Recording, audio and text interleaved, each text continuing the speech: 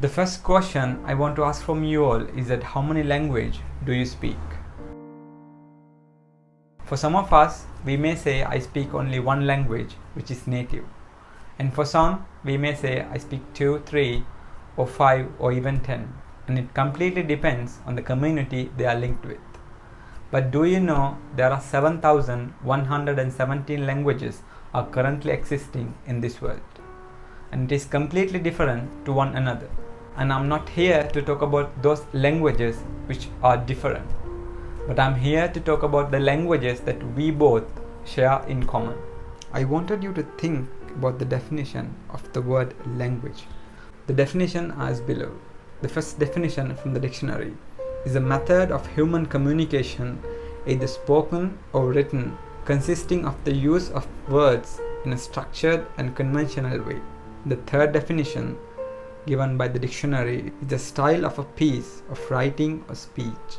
So I'm more attracted towards this definition of the word language, a system of communication used by a particular country or community. So do you think the languages are the medium that is used to convey our emotions, our touch, our opinions? But if I tell you being silent is also a language, will you agree with me? Do you know how I am being silent and you notice and you understand that I am being silent? Which means you understand my language, which also means we both share the same language, aren't we? We do speak more language than we think, but we don't realize that we do. So I'm gonna take you through a few languages that I speak. See whether do you speak those languages. So if you speak those languages, I want you to think back and see what other languages that you speak in common. So do you speak this language? On office day, I had to go out to meet a client for a meeting. So I go out to meet a client and we discuss things, and after the meeting is over, my stomach starts to ache a bit. So I feel a little hungry. So I look for a restaurant nearby. And I found a restaurant which is nearby inside of a public park. So I went there, I ordered my food, and I was sitting in the open area and I was waiting for my order. So I was happened to see a couple opposite to me, and they are eating, and they're cuddling, and they're feeding, and they're laughing, and they're talking. So I just looked beside of me, I see none, as I didn't have anyone to talk, to laugh, to cuddle. So I was thinking inside of my mind, so do you speak this language of being single? If you speak, I appreciate you. If not, it's completely fine.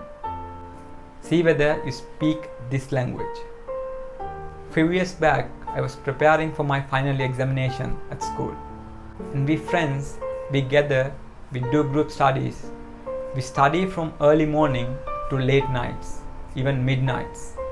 Early mornings and midnights were our routine, and we put those effort to make sure that we all get through those final examination. And on the exam day, we sit and we write and we go home with a happy smile. And after a few months, we get this result, and I was fortunate enough to get through the final examination. But I saw one of my close friends who couldn't get through the examination. As we were studied together, we were hardworking together, but he couldn't get through. But he was appreciating us, cheering us, and he was complimenting us, and he was so happy. But I saw him in the eye, even though he is okay, but he is not deep inside. I saw the pain he's suffering from. Even though he studied hard, he couldn't get through. I can feel the mentality of him at that time. As our parents, what they do, they would blame first, and then later they would understand, as we thought that is our destination to our success. Because we had that mindset for the exam before we writing it, and after we get the results, we had to feel for it if we didn't get through. So do you speak this language of your close friend didn't get through an examination who studied with you? Do you speak this language? If you speak, I appreciate you, and if not, it's completely fine again. See whether you speak this language. We all might be working on a corporate sector, or we might have started our own businesses. But we admire, we aspire to buy an expensive gift to our loved ones, even for our parents, or to our siblings, or to our loved ones, or our partner. But we cannot buy them because we have other commitments which is more prioritized than this. So do you speak this language of financial struggle? We might have dreamed to take them something more valuable so that we could prove them that we love them, we care for them. So do you speak this language of financial struggle? I wanted to share one last language. See whether do you speak this language. Someone close to you has been hospitalized, and we hear the doctor saying she or he is diagnosed with some sort of illness. So what we do, we ask them, are you sure? Who told you this? How long do you have been suffering from this? Is it curable? We just ask them to make sure that isn't true, but the fact is that true. And we see them fighting all alone. We see them, they fight, they struggle to make sure they win the battle. But as we know, not all the battle will end up in victories, right? So we see them losing themselves, and we lose themselves. So do you speak this language of your close one diagnosed with a cancer? Even though they fight harder, they couldn't survive, and they had to leave us, and we have to miss them every single moment that we think of them. So do you speak this language of your loved one, of your close ones who got diagnosed with a cancer?